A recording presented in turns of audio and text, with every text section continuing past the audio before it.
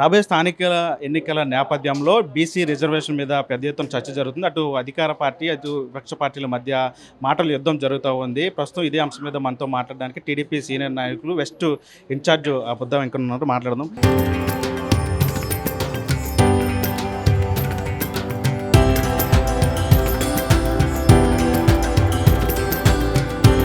తరతరాలుగా తరగని స్వర్ణ బంధాలు మన మానేపల్లి జ్యువెలర్స్.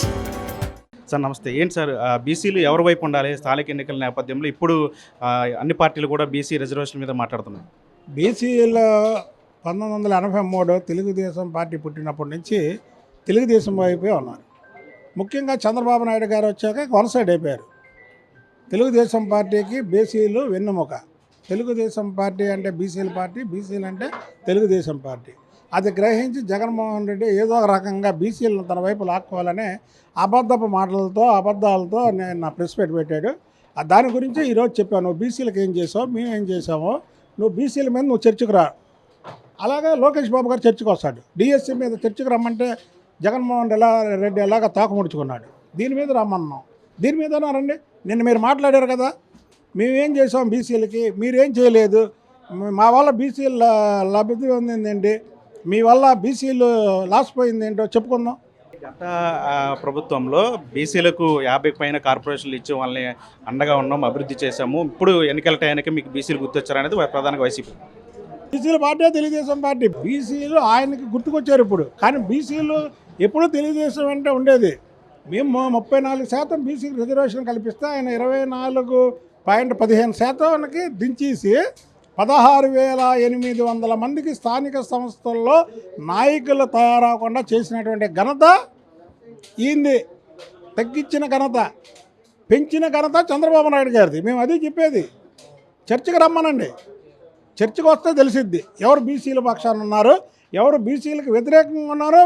జగన్మోహన్ రెడ్డి గారిని నాతో రమ్మంటలేదు కదా, లోకేష్ బాబు గారితో రమ్మంటున్నాం. డిఎస్సీ మీద రమ్మంటే ఎలాగ ఆయన పిలిస్తే రాలేదు కదా. బీసీల తరఫున మేము లోకేష్ బాబు గారిని పెడతాం. సరే, నువ్వు బీసీల తరఫున మాట్లాడే కాబట్టి మనం రమ్మనే పిలుస్తాం. బీసీలకి ఇది ఒక ఎన్నికలకు సంబంధించి ఒక తాయిలాగా ఉన్నాయి తప్ప ఎక్కడ ఇవన్నీ కూడా బీసీ రిజర్వేషన్ అమలవు అని చెప్పి బీసీలందరూ కూడా గతంలో తాము చేసినటువంటి పథకాల ద్వారానే తమకు అండగా బీసీలు ఉంటారని చెప్పి వాళ్ళు చెప్తారు. తెలుగుదేశం జెండా బీసీలకు అండ. ఇవన్నీ ఇప్పుడు కాదు, ఎప్పటి నుంచో వస్తున్నాయి. బీసీలు లాక్కోవాలని వాళ్ళు చూస్తారు.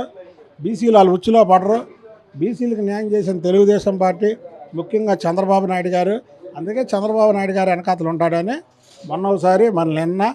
అయితే ఇప్పుడు ఏంటంటే గొడ్డల పార్టీకి స్థానిక సంస్థల ఎన్నికల్లో క్యాండిడేట్లు దొరకట్లే.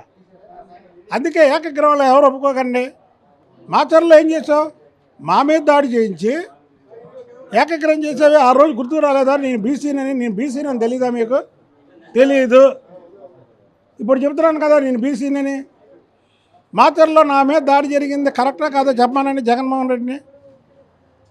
అది ఆయనది కపట ప్రేమ. అది మీరు అన్నట్టు అంటే గత ప్రభుత్వంలో కూడా స్థానిక సంస్థల ఎన్నికలు జరిగినప్పుడు ఏకగ్రీవాలు చాలా చోట్ల అయ్యాయి. కానీ ఇప్పుడు ఏకగ్రీవాలు అవ్వద్దు, ఖచ్చితంగా పోటీ ఇవ్వండి అని చెప్తాను. ఏంటి అక్కడ క్యాండిడేట్లు దొరకట్లా.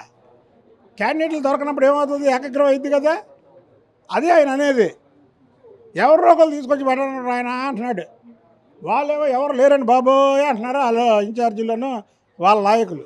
అది ఇంకొక అంశం కూడా ఉంది. అంటే ఇప్పుడు జరగబోయే స్థానిక ఎన్నికలకు సంబంధించి ఈ పంచాయతీలు కానీ లేదంటే ఈ మున్సిపాలిటీలు, కార్పొరేషన్లు కానీ ఇవన్నీ కూడా నేరుగా ప్రజలే ఎన్నుకునేలాగా అధ్యక్షుల్ని ఈ విధానాన్ని తీసుకొస్తున్నారు. ఖచ్చితంగా ఆ విధానం మనకే ప్లస్ అవుతుందని చెప్పి ఆయన మన కామెంట్ చేశారు.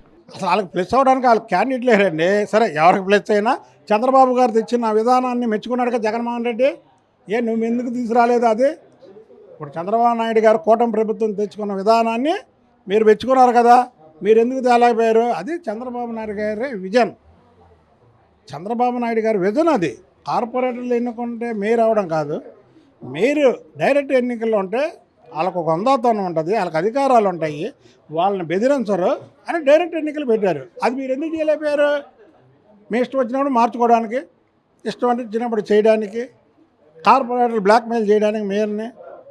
ఇవన్నీ జగన్మోహన్ రెడ్డి జగన్ నాటకం. ఏంటి సార్ అంటే ఈ స్థానిక సంస్థల ఎన్నికలకు సంబంధించి టీడీపీ స్టాండ్ ఎట్లా ఉండబోతుంది? ఎందుకంటే జనసేనకు సంబంధించి కొంతమంది నాయకులు ఎక్కడ కూడా సెటిల్ విషయంలో తగ్గేది లేదని చెప్తా ఉన్నారు. ఇక్కడ టీడీపీ, జనసేన, బీజేపీ మధ్య కుమ్మిలాట్లు మనకి ప్లస్ అవుతుంది. దాన్ని క్యాష్ చేసుకున్నదే వైసీపీ ముఖ్యంగా ప్రధానంగా చెప్తారు. అదే పై స్థాయిలో పవన్ కళ్యాణ్ గారు, చంద్రబాబు నాయుడు గారు, అలాగే బీజేపీ పెద్దలు కూర్చొని నిర్ణయం ఎలా తీసుకుంటే ఆ నిర్ణయానికి కింద కట్టుబడి ఉంటాం, కట్టుబడి పనిచేస్తాం. అటువంటిది ఏమీ లేదు. ఈ రాష్ట్రంలో 100కి 100 రేపు కూటమి ప్రభుత్వం, కూటమి అభ్యర్థులు ఇక్కడ విజయం సాధిస్తున్నారు. ఇది మొత్తంగా టీడీపీ ఇన్ఛార్జ్ బొద్ద వెంకన్న చెప్తా ఉన్నారు. ఇదైతే స్థానిక సంస్థల ఎన్నికలకు సంబంధించి అటు వైఎస్ఆర్సీపీ పార్టీ నేతలు కానీ, జగన్మోహన్ రెడ్డి కానీ చేసిన వ్యాఖ్యలు ఎవరు కూడా పట్టించుకోవద్దు. ఖచ్చితంగా బీసీలు అందరూ కూడా తమ వైపే ఉంటారు. టీడీపీ వైపు మొదటి నుంచి కూడా బీసీలకు అండగా ఉంటుంది. బీసీలు కూడా టీడీపీకి, కూటమి పార్టీలకు, ప్రభుత్వానికి అండగా ఉంటారు. ఖచ్చితంగా రాబోయే స్థానిక ఎన్నికల్లో కూటమి సంబంధించిన అభ్యర్థులు ఖచ్చితంగా విజయ గంకా మోగిస్తారని చెప్పాటు ఆయన కూడా చెప్తున్న పరిస్థితి కనిపిస్తుంది. ఆయనతో మన ఆర్టీవీ విజయవాడ నుంచి.